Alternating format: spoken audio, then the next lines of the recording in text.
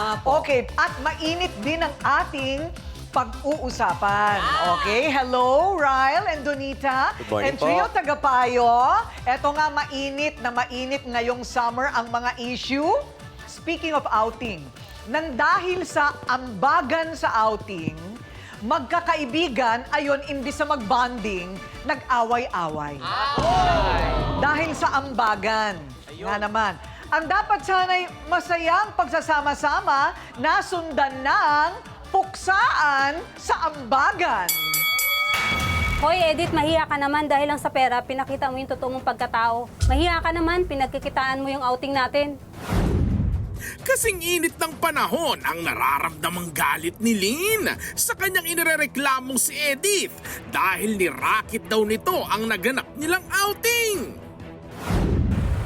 Si Edith, oo, nangungulikta yun. Malaki kasi ang piningi sa hambag sa outing. Kaya hindi na ako sumama. Nakakainis kasi ito si Lynn eh. Masyadong maraming hinahanap na butas kay Edith. Mapanglamang naman, mukha naman pera. Ang gitera kasi. Mapatunayan kaya ni Lynn ang mga paratang niya kay Edith. Mga mainit na akusasyon, saan kaya hahantong? Summer, dapat masaya lahat. O eto na, siya ang nagrereklamo dahil may nangyaring hokus-pokus daw sa pangongolekta ng pera para sa kanilang outing. Ano naman ang kanyang katibayan? Lynn, humarap ka na.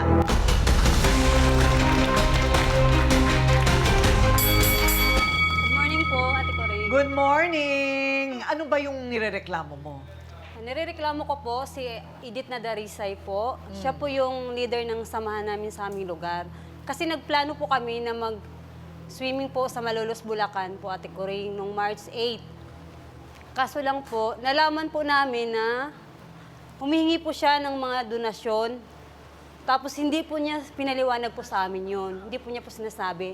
Then yung kaibigan din po namin sa ibang bansa, yung nasa Amerika, sa Saudi at sa Hong Kong, nagtumawag po sa amin na nagbigay po sila ng tagpa 5K para po sa swimming Outing? namin. Opo. Aba! Pero wala po siyang sinabi at wala po siyang pinakitang lista So feeling sa mo amin. binulsa? Hindi ko po masabi. Saan pa At dinala yun worry. kung hindi naman sinabi sa inyo? Bakit kasi siya ang naatasan para humingi ng pera? Kasi siya po yung leader ng samahan namin sa lugar. Matagal na po kasi, Ah. every year po kasi meron kaming sama-sama sa mag-outing po. Di ba kasi ate, ambagan lang kayo dapat, di ba? Tag 1K po. kada Yun, isa ambagan sa amin. yun. Opo. Pero yung usapan na manghingi siya ng donasyon, Wala wala po. sa pinag-usapan Wala po sa nyo. pinag-usapan namin. Ayun. Gumawa siya ng sarili niyang, eksena. Gumawa siya ng sarilyang listahan, kanino siya hihingi na hindi sinasabi. Oo. O magkano naman ang dineklaran niya na koleksyon niya? Ano po, 13,800. 15 13,800. katao daw po yung nagbayad. 15. Opo. O ba't kulang? Kasi Tigwa po yung 1K. iba, katulad po sa akin, kaya nga po nagagalit siya kasi sa akin, 600 pa lang po ang binigay ko. Sabi po Ah. paunang bayad. Oo. Dapat po yung kulang ko na 400 sa mismong Outing outing na. na po namin ibibigay. So ano yung pinaghihinala ninyong halaga na hindi Yung ano po, yung mga donasyon po sa kanya, tsaka yung galing po sa... galing sa abroad? Ayun. Yun ang nawawala. Yun ang nalulos. Ayun, sa kasi nga Bulacan. tigli 5,000 yun. Ano yung listahan na yun? Ano yung listahan na yun, Ryle? Dito sa ating mesa ng ebidensya. Ito ay, eto parang ayan, meron naman pala, mga pangalan na nagbigay ng sulisit. Ayan, yung sulisit. Ayan pala eh. Eric, 2,900. Jeric, 7,000. Wow! Ang laki ng binigay. Malaki ang binigay. Kilala mo yan ate?